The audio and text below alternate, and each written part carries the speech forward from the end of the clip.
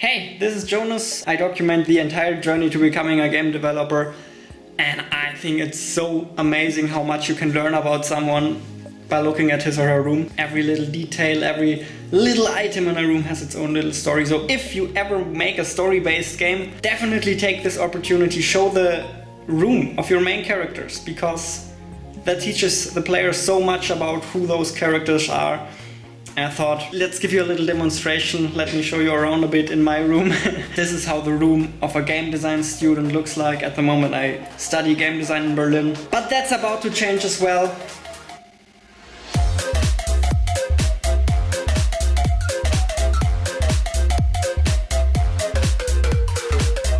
Oh, by the way, I didn't clean up or anything. This is the original state of my room. So let's start with my workspace. You can see it's a standing desk. This is where I put my mouse pad, microphone for recording YouTube stuff. Then here, right behind my workspace, is a list with books I want to read. And this is my weekly schedule. It's a circle because it always goes all the way around. Monday, selecting a video idea. Tuesday, keyword research. Thursday, recording video 100% done, editing mostly done. Editing done. Honestly, this plan got out of sync pretty quickly, so basically now I'm mostly just making the entire video on the weekend. I try to do as much as possible during the week. And if you're wondering why this doesn't seem like that much, one video per week, that should be doable. That's obviously because I'm studying. I've been studying at the same time, and I've been developing a game at university, which I'll show you, I don't know when, but you'll see it. The game's already done, so there's not a lot that can go wrong. Oh, my beautiful laptop, of course, which is enormous. Oh, see that? That's a little nice detail, stuff like that. A little sticker from my little 4-year-old sister. She put that there.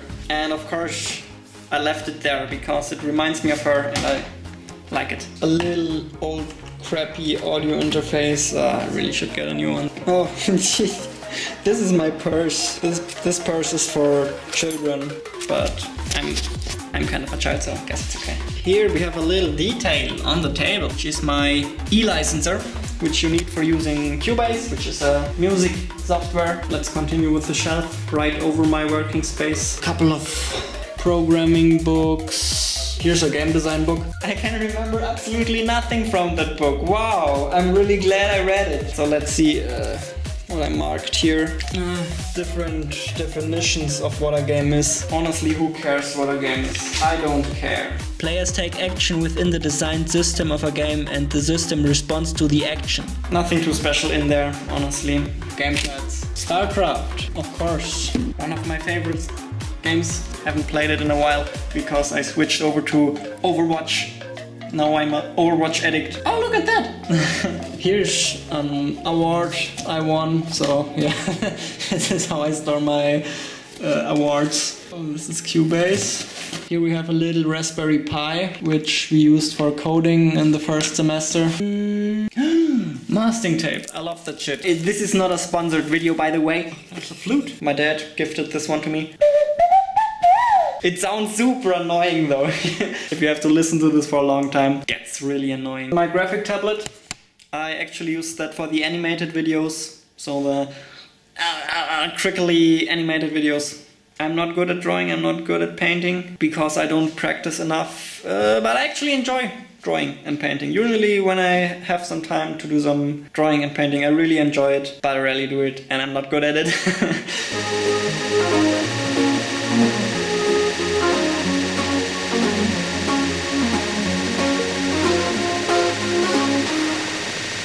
Let's continue with this corner right here. Yes, there's a piano. In the 3 years that I've lived here, I've used the piano maybe 2 times, 3 times. So let's unplug this. It's not even plugged in, what can I say? Basically, whenever I play piano, I mainly want to improvise. I'm not interested in playing any pieces that somebody else wrote for me. Usually whenever I go to university, my laptop goes in there, in this massive bag. Then I can pull it, which is actually very convenient. Get a lot of shit for it, you know. Things like, where are you traveling, Jonas? have nice holidays, you know, that sort of stuff. I get that a lot at university. But who cares? Okay? It's very convenient and my laptop is too big, so what should I do, huh? This is my alarm clock. By now I never hear it when it rings.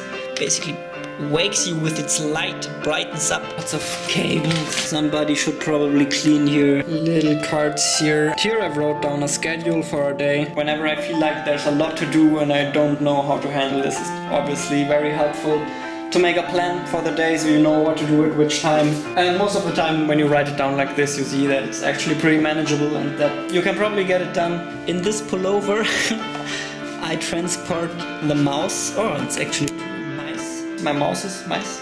Always break.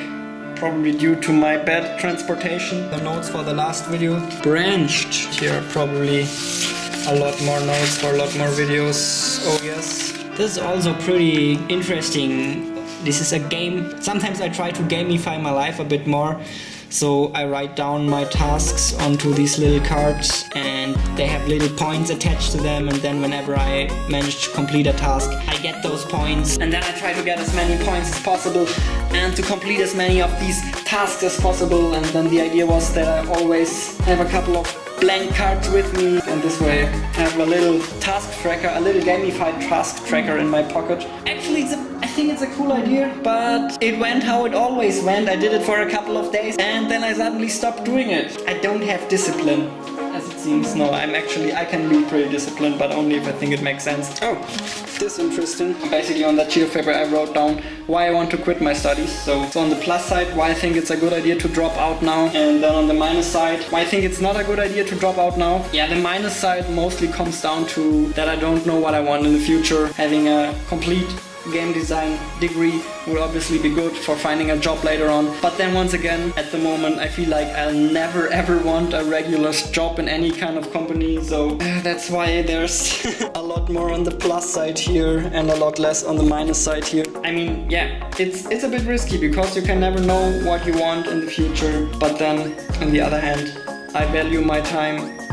I think 1 year, 1.5 years is a lot of time, and I can get a lot of shit done in that same amount of time if I focus on what I want and what I think is good for me right now. So hope my gut feeling is correct there. Maybe in the future I punch myself in the face for not finishing my studies, or maybe I'll just continue studying, who knows. That's also an option, so I guess it's not that big of a deal. It feels like a tough decision though, so that's why I made this sheet of paper.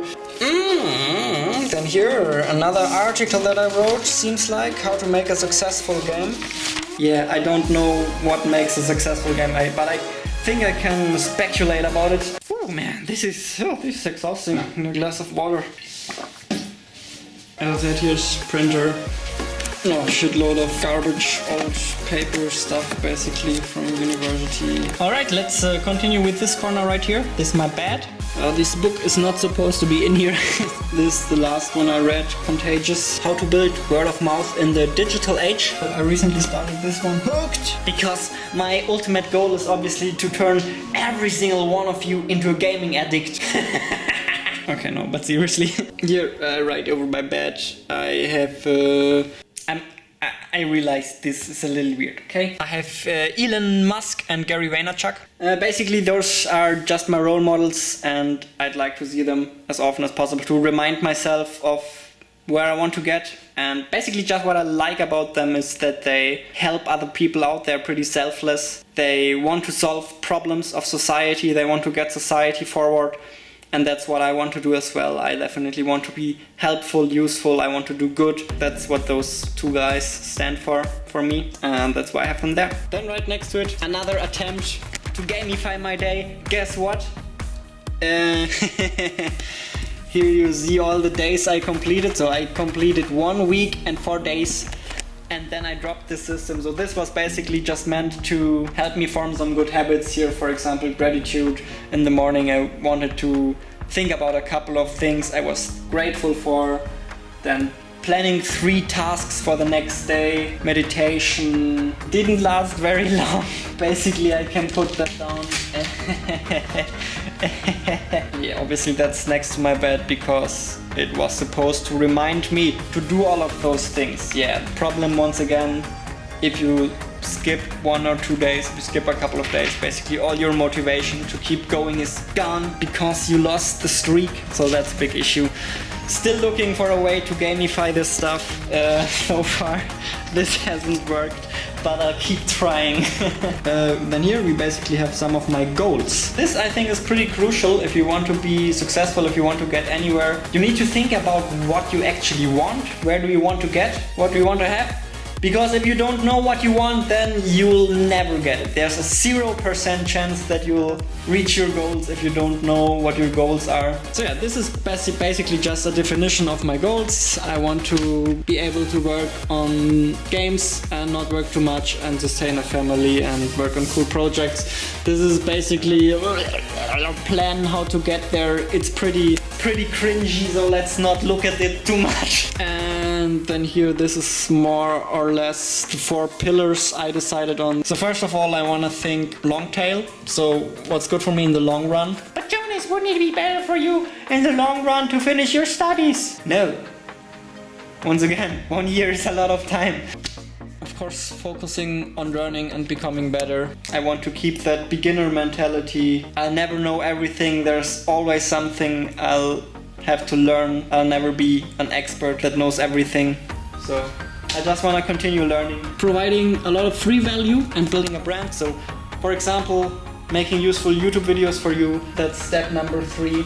And step number 4 is provide even more value in exchange for money. I can only keep providing value for free if I get some value as well, because otherwise I can't maintain that model, obviously. Yeah, monetization is just a very important and necessary part of that equation. All of those 3 things are directed to monetization. If you don't provide any value for free, then it's pretty difficult to ask for money because nobody knows if your stuff is any good. This is basically the same stuff but written down in a more confusing way.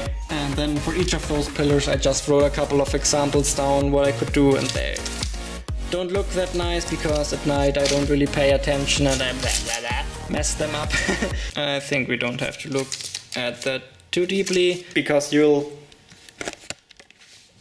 see most of that when it's there. Next up, we have this corner right here. Hell yeah! Let's start at the very top of the shelf. You have an additional monitor. That one's actually broken, I think. And I specifically bought it to use it with a Raspberry Pi in that shelf. You can't code on a Raspberry Pi if you don't have a screen. Oh, here I have a little bit of DAW. Actually wanted to use that one for continuing the development on Ovesnova. That never happened, but maybe it will happen, hopefully. I'll finish it. This is Charlie, a character I made in game school. Oh yeah, see, you can stand. Oh my god, that's creepy. Charlie, no. No, get back. Go back to sleep, Charlie. Usually I would never be able to create something like that, but I mean, with the guidance we get at the game school, it was possible. This is the very block I got when working at Mimimi Productions, or when I did my internship there that I didn't finish. Hi Mimimis, by the way, if any one of you is watching this video, hi. So yeah, this prototyping material is just very good for coming up with ideas for games, especially if it's board games. Then this sort of stuff is pretty useful. If you want to make PC games, this can still be useful, but for the most part I think I prefer digital prototyping if I make digital games and analog prototyping if I make analog games. Here's where I store files. These speakers are really cool. I used them for making music for a very long time. The walls here are very thin, so I'll prefer working with headphones in this flat. But when I move to a different flat or to a different place, I'll definitely plug these babies in again. Yeah, little babies. Okay, now let's get down here where it gets really interesting. Okay, so this is the board for a board game I came up with. Cyber Chess. It's a bit like chess, but it plays very differently. Then here's another one of my favorite games. It's, of course, Go. The cool thing about Go is that it has very simple rules, but it's still super complicated and has a lot of depth. Another one of the things that I really like but I never do. Oh, Da Vinci is a cool game, Pentago is a cool game, and here's another one of my absolute favorites, Match 4. Spiel mit 4. Also, what's pretty fascinating about Match 4 is that it's already a solved game, because computers are already able to calculate through absolutely every single move you can make in this game, all the way to the end. And that means there's software on the internet where you can play Match 4 against the computer, and it tells you exactly in how many moves you will lose. It basically tells you will lose in 20 moves, and then you make a move and then it tells you will lose in 19 moves. And if you make a really bad move, that number goes down even faster. You will lose in 2 moves. But if you play absolutely perfectly, it will go down by 1 every move, and it just keeps telling you will lose in 17 moves, you will lose in 16 moves, and then you will lose in 60 moves. So that's pretty cool and fascinating about this game. Okay, guess we can get to my notebooks down here.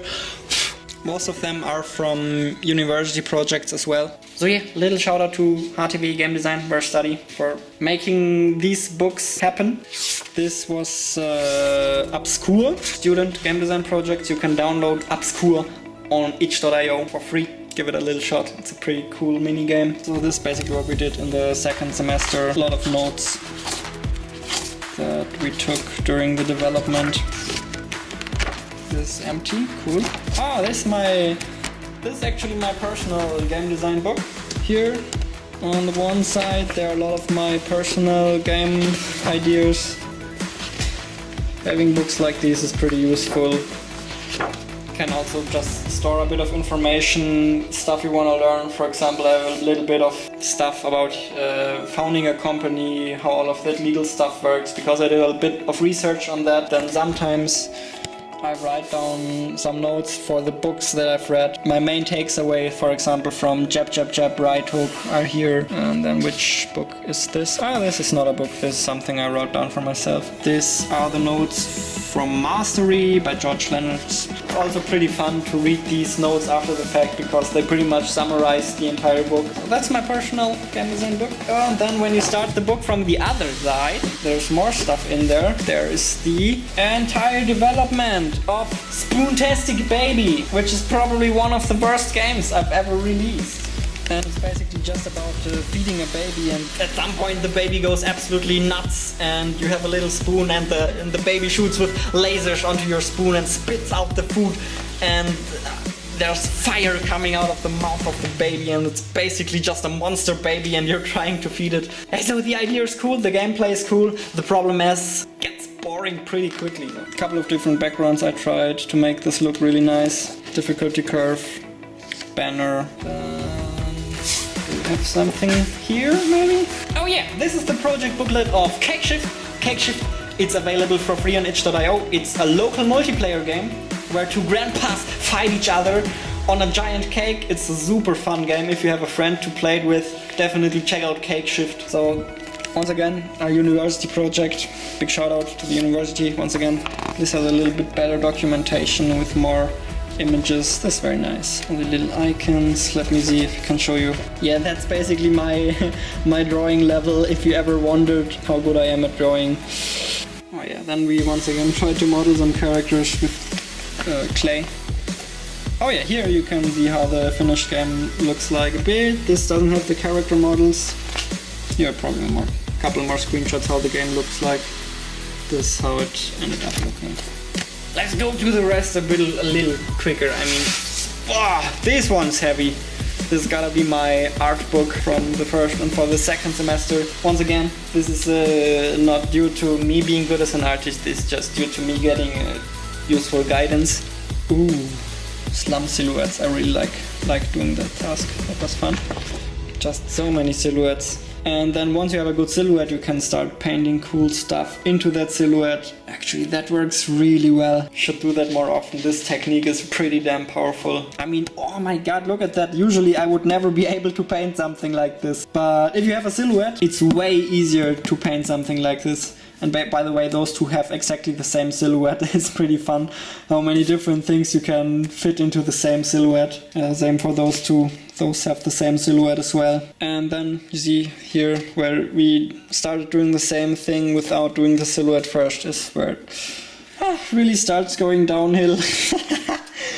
Oh no, and here's where it really starts going downhill. Because we started drawing objects and characters Here, it's going downhill. Oh, this is really bad. This is a fun one. This one I just did for fun. I basically took the silhouettes of Overwatch characters and painted in my own characters or skins or whatever you want to call this. This is actually pretty fun and also tells you a lot about how the Overwatch team designs their characters, because all of their characters have very unique outlines, they have very unique silhouettes. No matter what you paint into Tracer, it always looks like Tracer, and same goes for McCree and Roadhog. For McCree, I definitely like this one, the skeleton McCree. This one looks super weird. Then here once again we have Omnic McCree, and what the hell is this? And there's gotta be a good Roadhog skin here. I think I really like this one. This one is really cool as well. I would definitely want to have a Roadhog skin that looks like that. Oh my god. The character creation of Charlie starts. This is how Charlie looked like in its beginning stage. The story behind Charlie is that he's a ghost. And he's not just a usual ghost, but he's a cool ghost. He's a DJ ghost, so at midnight he starts playing music, and I came up with an entire plot. Oh yeah, here my amazing drawing skills at work. Okay, here for some reason are some good sketches again. So this is how Charlie looked when I got started, and then here, yeah, he got better and better. Actually his hat is really nice. And then in the second semester we basically took a photo of that character model, put it into Photoshop and reworked the entire thing. Here's Charlie with a glitter outfit. But in the end I decided to go with, I think I decided to go with something like this. Oh yeah, here is the visual development for Obscure. Here's the final maquette. Usually I post a little more useful and interesting content about game development. If you're interested, check that out. I think we're through the entire room. Hope you enjoyed it and found it interesting and entertaining. As I said, rooms teach you a lot about a person. Hope this helped you to connect a little bit with me and to understand me a little better, who I am, what I want, where I'm going. Thank you very much for watching. Have an amazing day. See you in the next one. Bye!